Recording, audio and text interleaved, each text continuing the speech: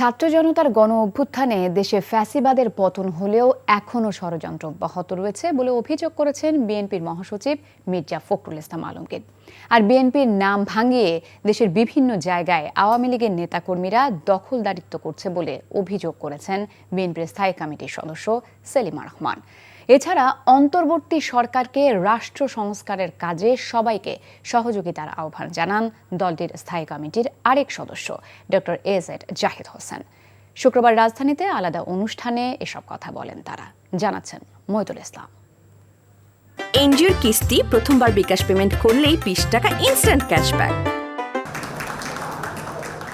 সাংবাদিক মুশফিকুল ফজল আনসারীর দেশে প্রত্যাবর্তন উপলক্ষে জাতীয় প্রেস ক্লাবে আয়োজিত সংবর্ধনা অনুষ্ঠানের আয়োজন করে জাতীয় প্রেস ক্লাব সহ সাংবাদিকদের বিভিন্ন সংগঠন।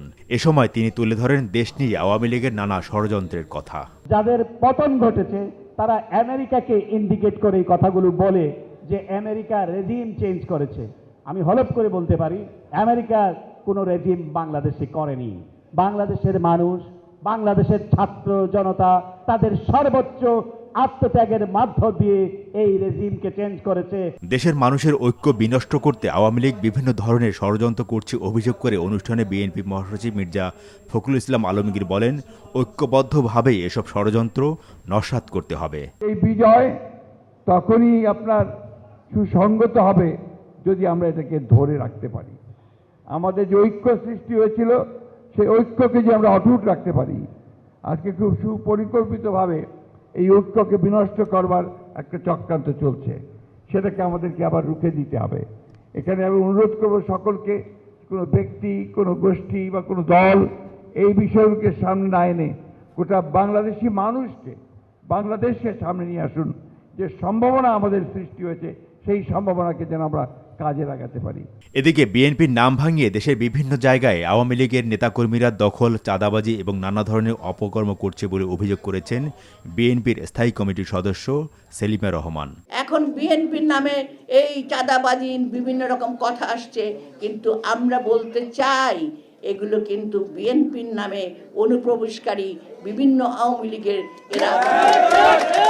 আপনারা সাবধান, নতুন কোনো এখন কোনো কাউকে দলে ঢুকাবেন না এই কারণে, তার পরিচয় না জেনে। কারণ আমরা আওয়ামী লীগের কোনো এরা এখন ঢোকার চেষ্টা করবে, বিভিন্ন জায়গায় তারা ঢুকছে।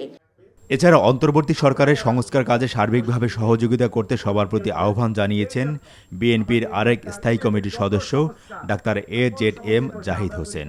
এই সরকার যাতে ব্যর্থ না হয় সেজন্য বাংলাদেশ জাতীয়তাবাদী দল সব সময় সহযোগিতাও করছে, সরকারকে সতর্কও করছে।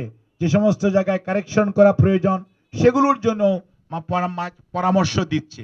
কাজেই আমরা চাই এই আন্দোলন বৃথা যেন না যায়। তিনি জানান, আন্তর্জাতিক গণতন্ত্র দিবস উপলক্ষে আগামী 15 সেপ্টেম্বর বিএনপি আয়োজিত সমাবেশ থেকে দেশ গঠনের নতুন বার্তা দেবেন দলের ভারপ্রাপ্ত চেয়ারম্যান তারেক রহমান। মইদুল ইসলাম, এনটিভি নিউজ, ঢাকা। এনজিওর কিস্তি প্রথমবার বিকাশ পেমেন্ট করলেই 20 টাকা ইনস্ট্যান্ট ক্যাশব্যাক।